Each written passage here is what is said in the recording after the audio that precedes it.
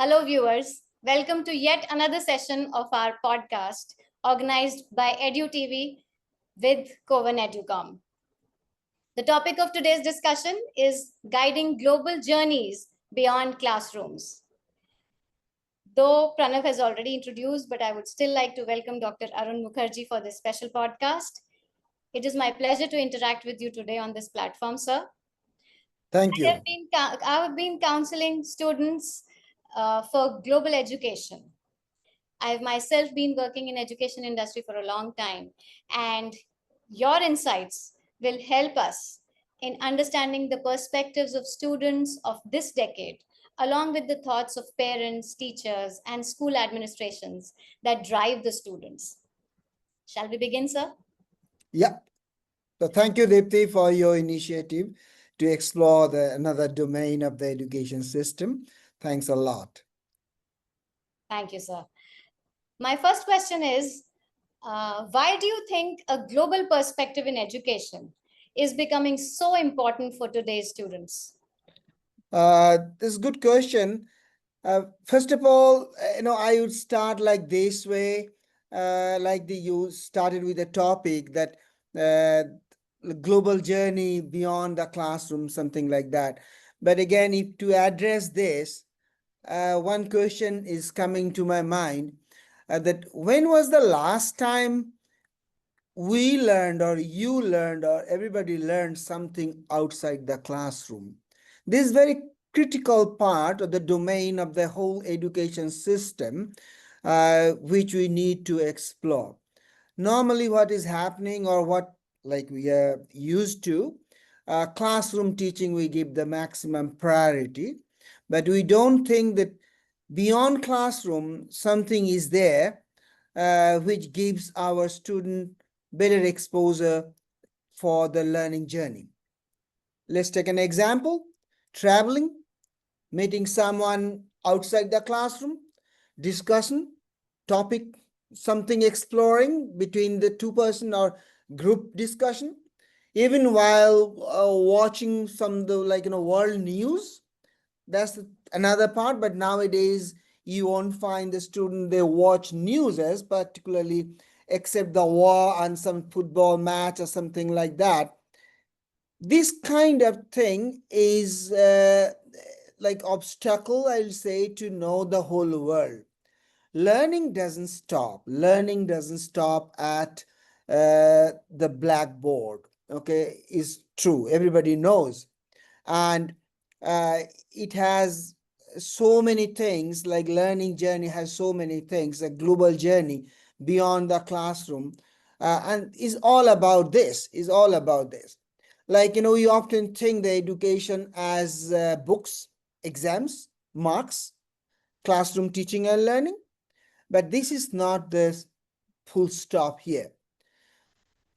We need to think, we need to explore the skills development for the global citizen. That's the thing, important part. Role of technology is another area which we need to explore. Global exposure, like, how to get the global exposure, different cultures, histories, perspective matters, all these things. Role of a travel, like I say, traveling, exchange program, and virtual classrooms, like one school in Paris and one school in India. They're attending the same lesson, virtual classroom arrangement. So we need to know, we need to expose our student in different platform. Then only we can hit our target. Absolutely. So, otherwise we'll be lost somewhere. We can't go beyond this. We'll be fixed in that way. Yeah.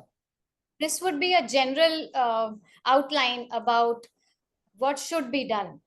Uh, with your vast experience in this field, working with so many prestigious institutions, how do you think schools can help with the skills to develop those skills in the students to compete internationally while staying rooted to their local values and culture? School can do many things, like many things, as like holistically school can do. Like uh teacher's role. First, if you see the teacher's role is not only as a teacher. A teacher should be mentor, Teacher should be guide, teacher should be philosopher, teacher should be friend of any particular student. A teacher should know their each and every student, their need, their areas of strength, areas of weaknesses. Okay, and the teacher should guide, teacher should mentor the student, and teacher should connect the student, parent, and beyond the classroom, whatever students they are focusing at. Okay, the teacher's role is very crucial, which we can do as a school. And real world exposure, that is important part, like connecting with the different schools, exchange program, community project building, internship or the different virtual internship. If the students are India and they want to have some internship overseas, they can do that. And global service opportunities, so many things we can do to expose our students exposure, basically to enhance. Many more things can come. Very true, very true. And what do you think? What kind of challenges, maybe academic or personal, do students face when they aspire to pursue opportunities outside the country? So, rote learning and inside classroom is mostly done in India, Yeah. and outside or beyond the classrooms, there is a plethora of options which are available to the students, along with options outside the country. uh, I would like to divert the topic to pursuing opportunities outside the country. How do you think students now pursuing opportunities abroad are facing challenges, and how can they face them in a better way? They are facing challenges when they go to different countries, because we teachers as well as parents, we are paralyzing this whole generation, I would say. We are putting wall, we are putting restrictions of learning. Learning, our perspective or our perception is different definition. We believe as a parent, as like traditional teachers, we think getting marks is a learning. But when I was in China, I learned a Chinese word called jushing. That mean is learning by doing. So once the student they learn by doing, that remains throughout the life. How many Absolutely. of the parent we encourage our student to learn by doing? This is very crucial part. And if you see the other countries student, the parent, they are not very much interested about the marks. They're interested about the learning, where they are, where their students, where their children are at present. They would ask you if the SPTM, when the PTM happens in the school, very few teachers they come, parents they come to ask, what is the score of my child. They ask, how do you think my child is coping up with the environment of the school, a demand of the course, a demand of the curriculum? Do you think he or she will be able to be a successful learner? The word successful learner doesn't mean the marks is involved. Okay, overall. So here we lack. Here the parents, they should take initiative. They should not put one barrier. Giving an example, uh, when I was in Dune school, we used to take our student midterm break. 5 days, October, and 5 days in April, remote mountain we used to go. Our student used to pitch tent and we used to go. There's no washroom, there's no toilet. We used to use the jungle as our safety safety corner. But right now, if we initiate that kind of thing here, the jungle trekking here, the parents were the first one to object. They said, no, my daughter, my son needs five-star hotel to go. There's some experiential learning. Do we have the answer? How we are giving this experience to learn to our this young generation if they live in a five-star hotel? So here is the question mark which you need to crack as an educator in this world. I completely agree with you here, sir, because if we don't give them enough space to learn on their own, how Yeah. would they progress to learn? It is Absolutely. very, very challenging. It's very challenging to educate the parent. First of all, we need to educate the parent. We need to keep the global scenario in front of the parent and what is the expected thing or expected, I would say, outcome of learning. That is important. You've actually answered my next question too, because I was just about to ask you what role can we play in early, what role can early guidance play in shaping the students' readiness for those challenges? So you've This actually answered that. this thing should come when the child is in primary, motivating a child, giving him openness to play around, openness to learn whatever his or her choice. Not that my son needs to be engineer and daughter needs to be doctor. Okay, we need to come out from the shell. Right now, it is quite, I would say, in international education, it has changed, but not fully. Not all parents they are looking for doctors or engineering, and they are looking for philosophy, they're looking for psychology in the university level. That's good sign. And but again, uh, giving this opportunity to the child, that is very important. As a school we organize so many things, but we need parent support there. Parent needs to support the school because we are the like educator. We know what is now in the modern 21st century, what is expected, what is the demand. But it is very hard for educators, like especially for principal, to convince some parents. uh, we face this challenge, like I'm facing this challenge. I know other principal also, they are facing same challenges. So it's difficult, I understand. Completely taken, sir. So there is global competitiveness and there is national identity.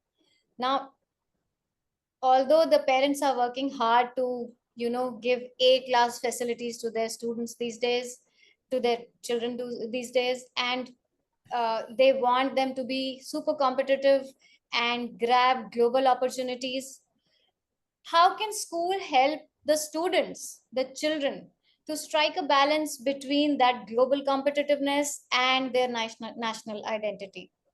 It cannot come in a one day. It cannot come like in grade 11 and 12 when the students are about to leave school and step into university. It cannot come.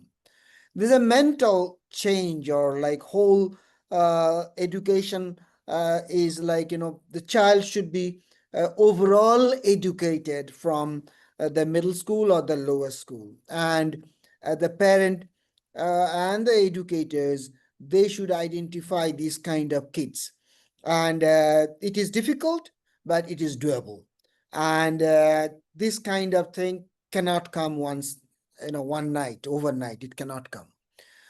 So identifying the student, like if a child is very good at music, and then the student should do music. If a child is very, very good at maths, he should study maths. And he should, one thing, I think, yeah, Aga Khan's, when I was in Aga Khan school, I gave a speech. And I said in the open, like, public speech, that how many parents, all the parents are sitting there. I said, how many parents think that your son or your daughter will become teacher? Right. Nobody. Oh, So here there's like, we need to think very critically. The teacher can change, like how long I'll be teacher, how long I'll be in the education. Another maybe 10 years, then I have to pass the bat to somebody else, and there should be someone to take over. But if we are not taking this role also seriously, and everybody wants to become doctors, engineer, or management, MBA, BBA, and all, then it is a critical time for the education system, how the children, our next generation or the next to next generation, is going to be educated. very true. Very true. So, uh, what additional support system should school use to ensure that students transition smoothly into these new ecosystems? First of all, I would say uh, the parent, student, they should meet the career counselor frequently. Okay, and it can start from middle school, so that the parent, student, they sit together, they identify the pathway. Of course, early middle school is too early for a kid to identify what he's going to do when he completes his higher secondary or the high school.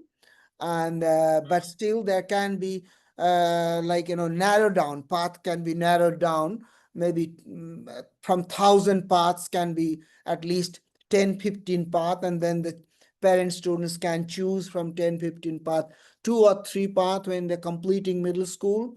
Then when they're migrating to secondary, senior secondary school, they can choose 1 or 2 path, and then end of the higher secondary they can choose 1 path. So it's a step by step narrowing down, like a pyramid shape. If it comes, then only successfully they can meet the target. That's a great perspective, sir. So you mean that a career counselor plays an important role Very at the important role. juncture? So Very do important you role. think, And one more thing, the mentors, like in our school, we have a mentor. Every teacher is a mentor, every teacher is a tutor. So, like, mentor will have 7 to 10 students under him or her. And the mentor is like a friend, philosopher, guide of a child. So that mentor knows his mentees very well. So, mentor can identify the strengths of the children and can help communicate with the guidance counselor. Then mentor and guidance counselor and the parent can sit together to find out the pathways. Mhm, mhm. And do you think the tools that have started existing now in the new ecosystem, like building their profile based on what they want to pursue later, using a psychometric test to understand whether they like math better or science better or music better or sports better, do you think these external tools can be beneficial to the students and also help the counselor to get to a correct output It is in a very important. It is very important. And we have here the system, and then every child goes through the pathway, cat 4 or CEM test, and then we identify the strength. And then of course we work with the strength of the student, and then we help the student or guiding counselor. Together we help meeting the parent, and we identify the pathway of the child. That is very critical and very important, and I recommend every school should do. That's great, sir. We will definitely work with Mm. all those insights that we had the privilege of gathering from you Thank on you. this platform today. It has been an eye opener for me as a career counselor too. Thank you. Heartiest wishes to you. Uh, I would love to, have more knowledge sharing sessions with you.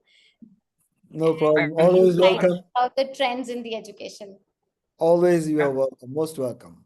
We thank hope you our so much. conversation today helps our viewers to gain fresh insights about international opportunities also. I would like to give my special thanks to the team of EDU TV for organizing this talk with us. Special thanks to Pranav. Yeah. And to the Thank you. viewers, we will meet you very soon again.